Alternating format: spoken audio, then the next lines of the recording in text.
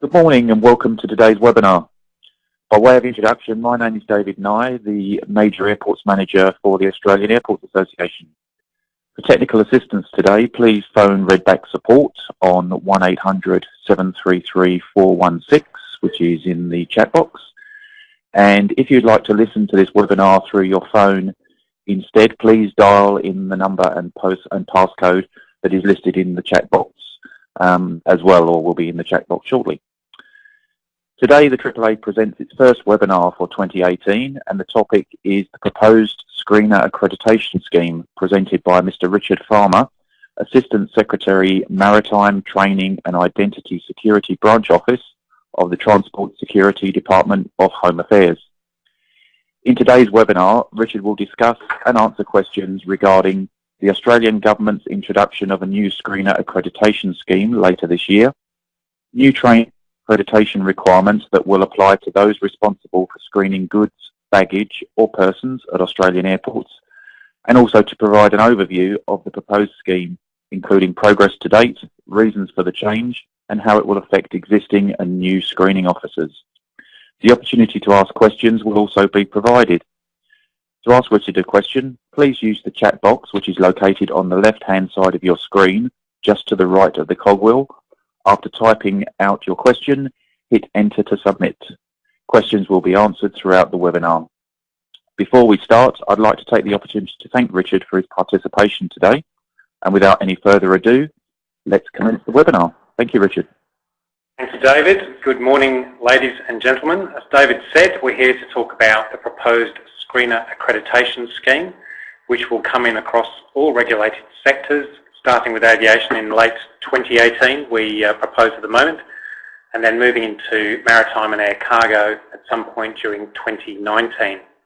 So we'll take you through a number of slides. I'm not going to speak for 45 minutes. I'm going to give you a quick overview really of the rationale of why this is occurring, what we intend to do and timing, and particularly look at the impacts on existing screening officers. So in overview, the government is introducing the new scheme on the assumption that the regulations are made by the Governor-General in due course, and the training and accreditation requirements, as I said, will apply to all of people who are responsible for screening goods, baggage and persons at Australian airports. So I'll just take you into the next slide. What are the drivers for change? Well, there are many. One, of course, is the evolving threat environment. Secondly, the Inspector of Transport Security finished an inquiry into standards of education and training in Australia in 2016. The recommendations of the Inspector have not been made public, but many of you will have seen the FOUO version of that report. In particular, the Inspector made recommendations around the education and training standards of screening officers and proposed that a national assessment test was introduced for all screening officers. And as I said, the government accepted the Inspector's recommendations. But importantly, what it's designed to do is to bring screening in maritime and aviation and air cargo to the same level of competence. So let's look at existing screeners, because I'm sure this will be the first thing that you will be interested in. Importantly, we are going to recognise the prior experience and training of existing screeners. So they won't have to re-qualify, they won't have to do the training which will be mandated for new screening officers. So until or during transition, as we move into a 12-month transition, such officers will be able to continue making independent screening decisions once transition has begun. However, during that 12-month period, an existing screening officer must pass the accreditation test to continue making those independent screening decisions. After that, all screening officers must pass accreditation at least every 12 months. So let's look at new screeners. New screeners, of course, slightly different. We're introducing a new specialised Certificate 2 in Transport Security Protection. This will be the only qualification that a new screening officer will be able to use to become a screener at an airport. It will be introduced gradually during transition, and it will be taught by existing, as we understand it, the existing RTOs who are currently teaching Certificate 2 in Security Operations. Why the change? The inspector was not satisfied that the Certificate 2 in Security Operations was suitable for a screening officer, and it's really the push to professionalise the industry, to give them higher levels of training, and to make sure that, as I said, we reach a standard level of competence.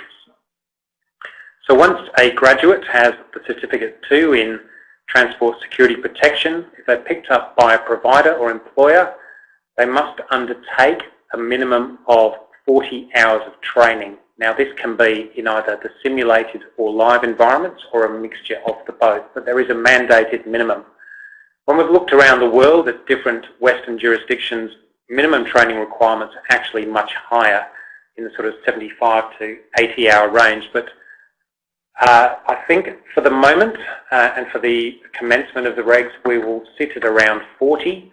Of course, you've got to decide when that trainee is ready for the test. Now, if that trainee is ready at 40 hours, they can go and sit the test. If they're ready at 80 hours, then they can sit the test. So there is a gate that they have to pass through, and providers and screening authorities will have to determine when a candidate is ready to sit the first accreditation test. So, Angela, we'll go to a poll question, which I understand you can answer online. Have you previously heard about the Screener Accreditation Scheme? And obviously, one of the reasons we're here today is to make sure that you do understand it and that you're starting to make inquiries, particularly of us, about the new scheme. And we'll work very closely with the AAA as the scheme gets closer to introduction. We go to the new slide.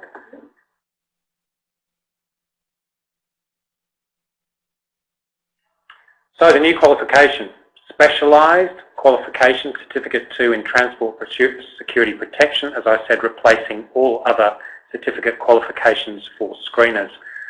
It's being developed in consultation with industry, vet sector and the RTOs, and is well underway. It's important, the inspector was particularly pointed about a course which focuses specifically on security screening and examination. He felt that the security operations one was far too general and really was not a good foundational course for a specialised screener. Now importantly, because we're going to be putting more contemporary threat information into that course, and it will start to introduce students to the concepts of screening, it's important that those people are background checked before they commence, given the nature of the information that they will be exposed to. So they will be required to hold an ASIC or an MSIC, relevantly, before they commence the course. Next slide. I think we'll just skip over this. On-the-job training, minimum 40 hours in simulated or live, or a mixture of both environments. Really depends on how you train and how you feel you need to train. Okay, next slide. The accreditation test. The accreditation test is the same for all screeners, existing or new. It has 3 components. To be a fully qualified screener, you must pass all 3 components. First is a threat knowledge test. What is your knowledge of the contemporary threat environment, particularly pertinent for a screening officer? In the past, in OTS's previous department, we used to talk quite often about layered security. I don't think it actually applies with screening.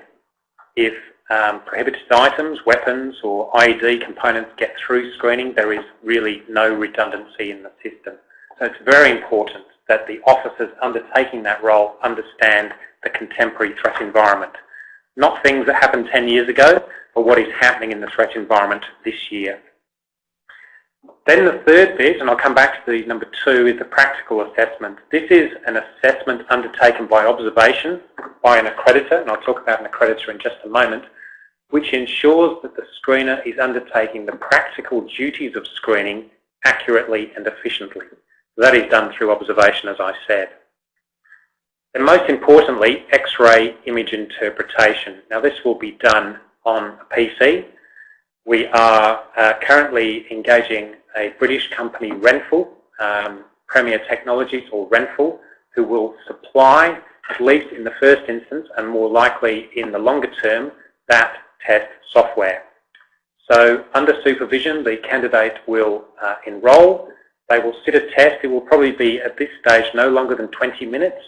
It's a ubiquitous test. It will look the same for all screeners. They will have the opportunity to have a practice run. And then they will be shown a series of images. Now, some of those images will be benign. Some of them will contain threat items.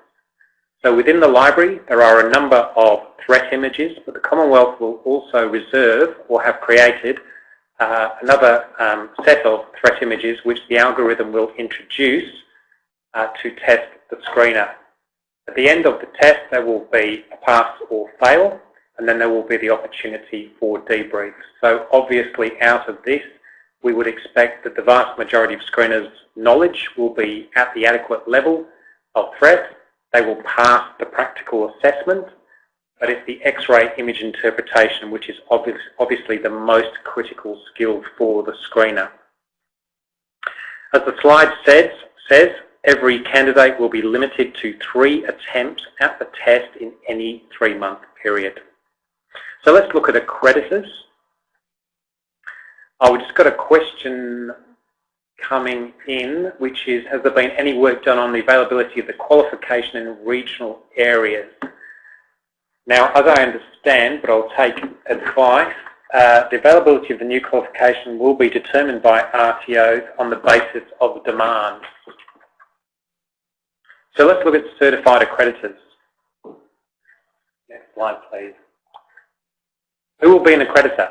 Well, firstly, you're going to require an accreditor to administer the tests, and these will be done in the workplace to minimise the disruption. Who will be an accreditor? They're likely to be the supervisors or experienced screening officers that have been nominated by the screening authority or the service providers, probably supervisors currently supervising line operations. We will accredit them, we will authorise the accreditors under regulation, and we will also train. So in the middle of the year, on current estimations, we will be running accreditor workshops during which nominated accreditors will be trained intensively for a day in the practical assessment, then the administration of both the threat knowledge test, which will be on the PC platform, and also the X-ray image interpretation test. Then they will be put under regulation. They will be authorised. That authorisation currently will extend anywhere from probably a year, probably in the first instance through to 3 years. And those people are authorised to undertake or supervise accreditation once we go into the transition period. So we've got a second poll question for you. One of the requirements we're looking at is whether screening supervisors currently hold a Certificate 4 level qualification in training and assessment. So if you know whether the airport you represent or the airport you're involved with, whether that would be yes, no, or unsure, if you could answer the poll question, we would be grateful. So what's happening now? Regulation changes. We'll just move to the next slide. So just coming back to the Certificate 4, if that is not a widely held qualification, we may look at alternatives. I'm trying to set objective standards for accreditors rather than subjective, but it must be somebody who is inherently knowledgeable about screening operations and I believe in a supervisory role in a current role. So what's happening now? Regulation changes. We have gone to government to seek approval for amendments to the regulations to introduce this whole scheme. If approved and made by the Governor-General, that will establish the new accreditation scheme into legislation and will prescribe the education, the minimum training and the accreditation requirements for aviation security screening officers. And as I said, we're currently anticipating that the transition to allow existing screening officers to move into the new regime will be 12 months, and we will obviously give you good notice of when that 12 months is proposed to begin. So how are we engaging with industry? In a number of ways, obviously directly as the department, but importantly we're using associations like the AAA to get the message out. I will be writing to every airport in the coming days that is screening to give further information around the scheme, but importantly we're running a working group. That working group has a number of representatives, particularly from RTOs, from the vet sector and screening providers and screening authorities. And this is really where we're nutting out some of the fine detail that I've been talking about today. We do have a working group coming up, please remind me, Ange, in March? 26th in Sydney. If anybody has a burning ambition or desire to join that working group, we would be very happy to hear from you. So we're consulting on the design of the scheme. Are there any regional airports in the working group? Is a question that's just come in. Yes, we've had consistent representation from at least one, but if there are others that would be interested, I'll be very interested in hearing from you. The working group does move around the country, but yes, very interested in hearing. So really it's co-design. This working group has been incredibly valuable to the department in nutting through, as I've said, some of the finer detail to make this work. And I think also, as this is the first time for this country, we're going to tweak these regulations over time. We won't get it completely right, and we need to continue to review how far or how well we're going. So as I said, we've got the major service providers in the room, in the working group, and quite a number of screening authorities. Next slide, please.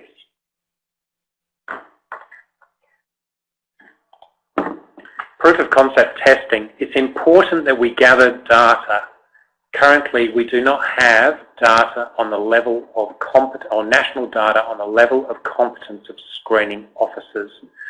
So we are moving through a number of stages of proof of concept, which will, before transition, come to what we're calling benchmarking. Really, we want to trial the accreditation test in the operational environment. For benchmarking, which is a dress rehearsal for the entire test, we are inviting any operator, screen service airports to join, and we will run benchmarking as widely and as quickly as we can. It's important that we gather data because that will help us to calibrate the first accreditation test. So I invite all of you, and we will give you further details on when we expect benchmarking to occur, to join in.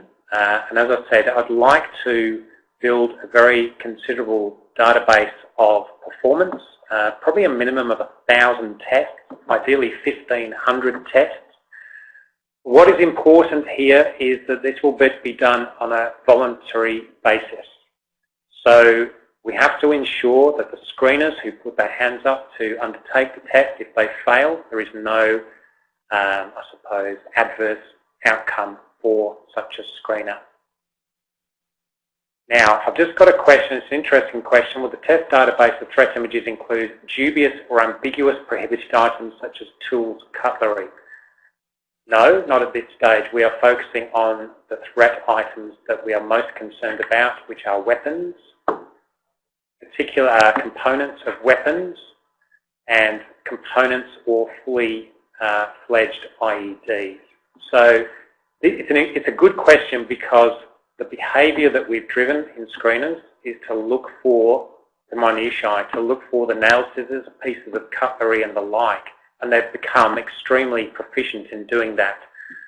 Part of this is actually bringing them back to the things which are going to cause, I suppose, devastation or loss of life, which is most likely to be a weapon, a knife, a gun, or an IED. And so that's really where we're trying to focus the change in behaviour. We have another question about the working group. The working group has been publicised through the AAA, but if anybody is interested, it's not too late to join. We would be very welcome of further participants in the group. Okay. Next slide. The next slide gives you an indication currently, and there's not a lot of data at the moment, on how long we believe testing will take. Now remember, this is an annual test, but at the moment, X-ray, as I said, probably 15, maybe 20 minutes. We wouldn't want to expose, it would be hard to expose an officer to more than 20 minutes of X-ray interpretation, particularly if they know they're in a testing environment. International passenger screening, obviously we have body scanners and the like. approaching 75 to 80 minutes. Domestic passenger screening probably under 1 hour plus the X-ray time. So it's important that we gather data, as I've said, not only on timing and how proficient the test is, but also on what are the competence outcomes that we are seeing. So that will help us to calibrate the first assessment test as we go live. So next slide, and I've really covered most of this benchmarking. It is the trial, it is the dress rehearsal. I would invite you all to think very seriously about joining us for benchmarking. Not only will it make you familiar with the test and how the test is to be administered, but also will give you a very clear indication on where your screener workforce is sitting in terms of competence. As I said, it will be voluntary, and I'll have to talk further with industry about how we're going to protect the screeners who very kindly say they will volunteer for the benchmarking exercise. Next slide, please. So just a question that's come in. How long could a security screener feasibly work without sitting the accreditation test? So if that is for an existing screener, once transition has begun, they will have 12 months. So they must have sat and passed the accreditation test within 12 months.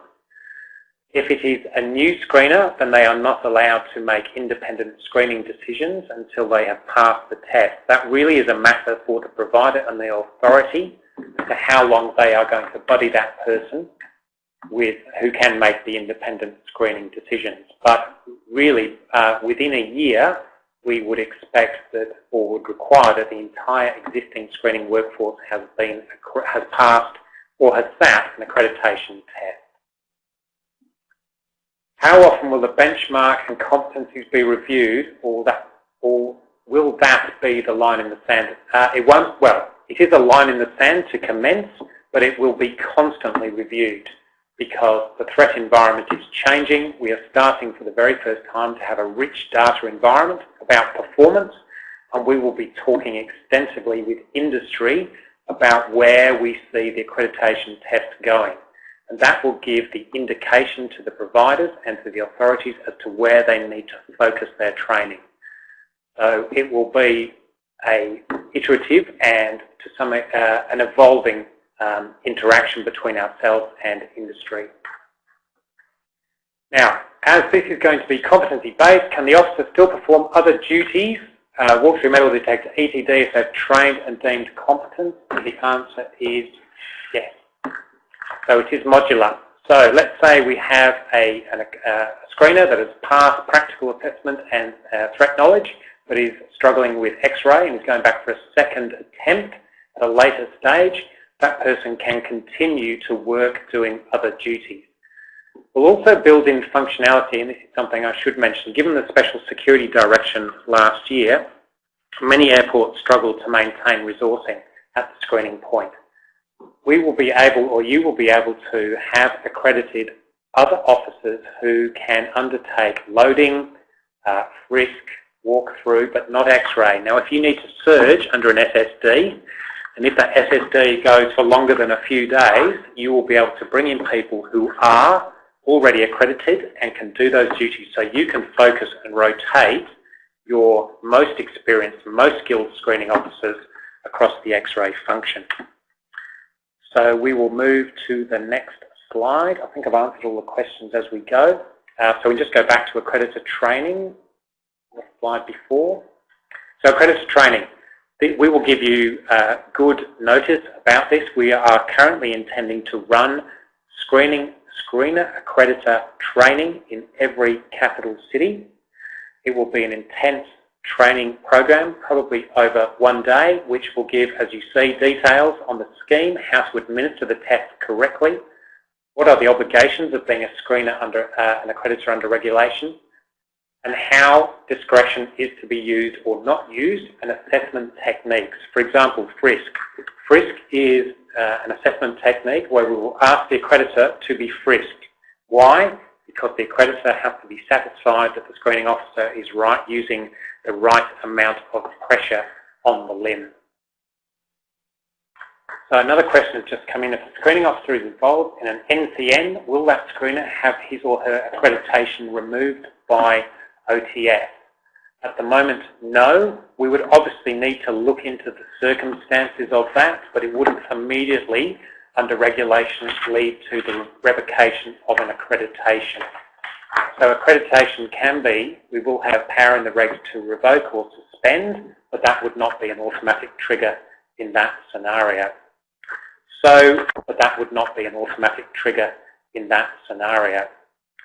So I think we have come to the last slide. So I hope I've given you a good overview. The scheme is likely, and I say likely because you can never be sure with these things as we move through the regulatory development process, likely to come in from probably around the end of the third quarter into the fourth quarter of this calendar year. But we want to work very closely with you, particularly as we move into benchmarking. And as I said, I invite all of you to consider seriously joining us for the benchmarking activity. There's something in it for you. You get to know where you're at and how good you are. We get to the data, so we know, we get a picture of where the industry competence is sitting before we go to the green lights, which leads us into a year's transition. Now, another question's just come in. I may have missed this, but are there any guidelines around CBS screening, or can a new starter go straight into CBS through the new accreditation? Yes, they can. There will be accreditation for CBS under the framework. So I'm here and I've got staff supporting me. Are there any further questions? As I said, I will write to you, to each airport that's providing screened air services, to give you further details, to give you our contact details within the department, but I also encourage you to work through your industry association because it's important that we work closely with the association that covers the airport's concerns. So we're working very closely with AAA. So we've got these questions, further questions coming in. If an individual holds Certificate 2 in the new qual, will they have to undergo other assessments for accreditation? Yes, if they're a new screener, they must go through minimum, as I said, 40 hours of on-the-job training, and they must sit the accreditation test before they're allowed to make independent screening decisions. Next question, can we please explain the regulation changes? I think that is probably best that we talk in the working group, and then we will put those regulations out to industry as an exposure draft. They won't be particularly complex regulatory changes, and they will be mirrored across maritime and air cargo. So I think at the moment what you've heard from me today gives you the gist that will now be put into regulation, but the scheme is quite simple. It splits between a new screener and an existing screener, and it uses an accreditation workforce within the workplace to administer the tests, both the practical tests and the computer-based tests of X-ray and threat knowledge. So we'll just wait a few moments. Please, if you do have any further questions, please do send those in. We do also have a short assessment that you can fill out about how you found today's session, but we do also invite you to contact us. If I could just have an email address that we can send, people can send questions into. Screener Reform. Yep, Screener Reform at Home Affairs at infrastructure.gov.au. We are currently transitioning between the two environments. So I have just a couple of other questions that have come in. OTS have been talking of introducing weapons whole and broken down into the aviation security audit process. I've also heard this will extend to IED components. It seems the screening qualification process is well ahead. The screening qualification process is well ahead of the OTS audit process regarding critical prohibited items. You're seeing two things here from OTS. You are seeing a ramping up of covert testing. So the covert testing program is well underway and is going through stages of development.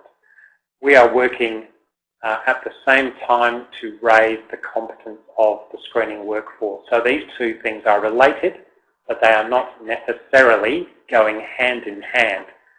Part of covert system testing is something which OTS has been working on for some time, is now rolling out, and we are also working on the education and training side. When is this likely to go before government? We are currently seeking regulatory approval from the Minister. In terms of making the regulations, we're currently anticipating the making of the regulations in the middle of the year, likely June, July, before Federal Executive Council. However, that will not determine the start of the transition period. That will be done under instrument, and we will give you very good warning of when the transition is likely to commence. So don't worry about June. June is simply when we get the regulations made by the Governor-General. Will there be requirements for screeners to hold a security licence, which I'm assuming you mean security guarding licence? No, that will be removed. If an officer is undertaking guarding duties in the airport environment, in the airport precinct, they will have a separate qualification in security operations, and they will be required to hold a security guard licence. Just seeing if we've got further questions coming in. Does an existing screener previously competent who changed jobs and came back into the screening count as a new screener? If they're an existing screener, they will need to pass accreditation test before they can make independent screening decisions. Are there any further questions?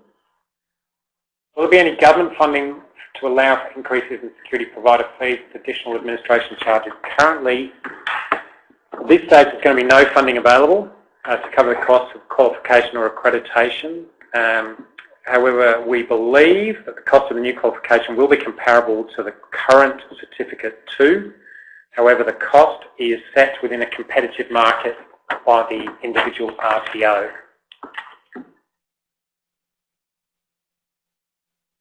On that one, so just looking if we've got any further questions at the end of the screen. When is this? So we've answered those two. May have missed this, but which existing RTOs will deliver the knowledge? Knowledge, as I understand, most of the RTOs that are currently offering training will offer the new Certificate 2, but obviously that is their own commercial decision, but there is a demand. There will be obviously a demand for that qualification in the market. Threat knowledge will also be promulgated by OTS directly to service providers and screening authorities. What we've found through initial research into this project is a lot of the actual contemporary threat information wasn't getting to the screening officer.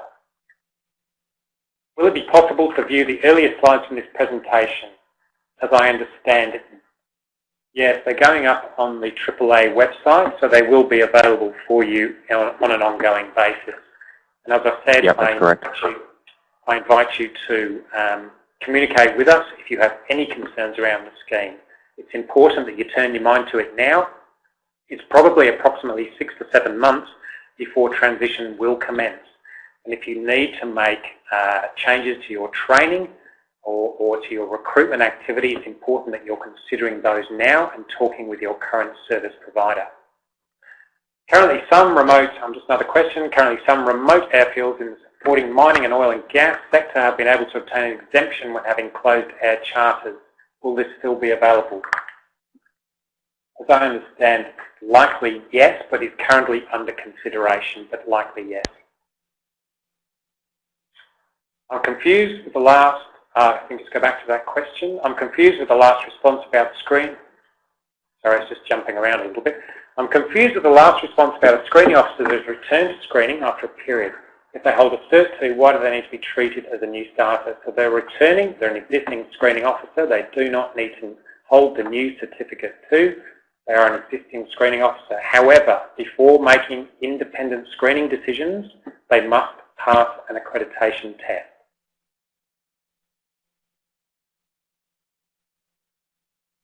Do we have any further questions?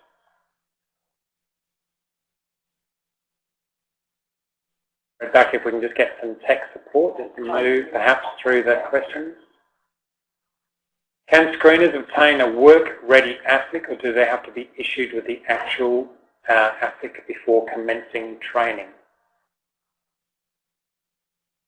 They will need at least a white ASIC. Now that can be transferred immediately into on an operational requirement into a red ASIC.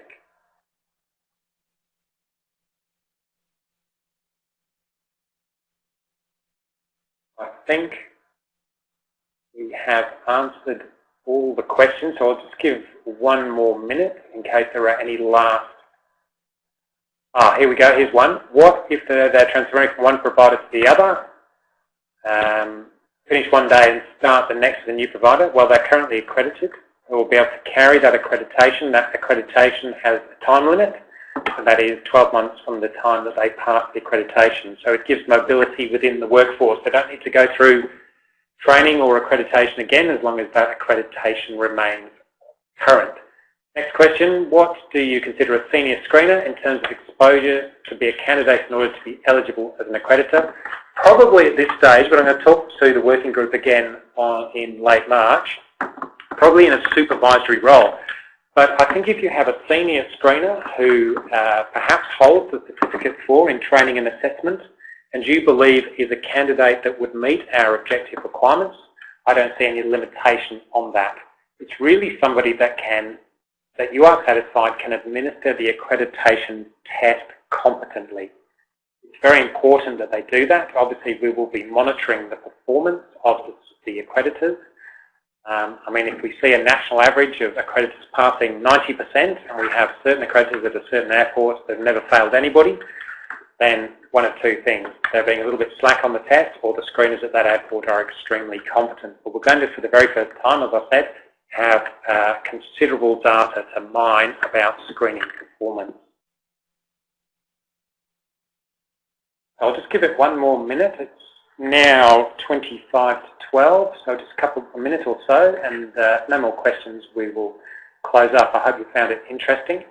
But like I say, further information is available if you contact us or through the AAA. In the meantime, if there are any other questions, please type them in. Otherwise, thank you to Richard for this very informative presentation, and also thanks to everybody for participating in today's session. Again, it's all about engagement and participation. So thanks again to everybody for questions and for coming online. We ask that you now take a moment to complete a short survey that you will see on the right-hand side of your screen. Please ensure that you do hit the orange submit button once you've completed all of the questions. The webinar will be made available to members via the Airport Professional webinar page in the coming week. We also encourage you to provide feedback on any other topics that you would like to see covered by emailing us at events@airports.asn.au. I'd also like to let you know next week that Keith Tonkin will be hosting a webinar on managing drones at airports, and the link to register was distributed yesterday by Redback, I believe, and will be advertised in this week's AAA alert. If you'd like any additional information, please email us via the AAA events team, and again their email is events@airports.asn.au. Today's webinar recording will be available next week in our alert, and also emailed to everyone directly once available. I see that there are a couple of other questions, so I'll let Richard finish off on those. Yep, so just had another question. With variations between international and domestic screening requirements, will the accreditation cover both? It can. It depends on the modules that you are accredited against. If you're an international screener, then you'll be accredited for international, and that would also cover domestic. If it's domestic only, you would need to do additional assessment modules, obviously, for the differences between domestic and international. So that really is a good question, because it leads to how flexible you require your workforce to be for deployment. David, I think we have come to the end of the questions. So, okay. Ladies and gentlemen, thank you so much. It's been my pleasure to present to you today. I'd like to say, please do get in contact with us, screenerreform@infrastructure.gov.au, and I will be writing to all of you in the coming days to give you further information and to give you further contact so we can work with you as we move towards transition.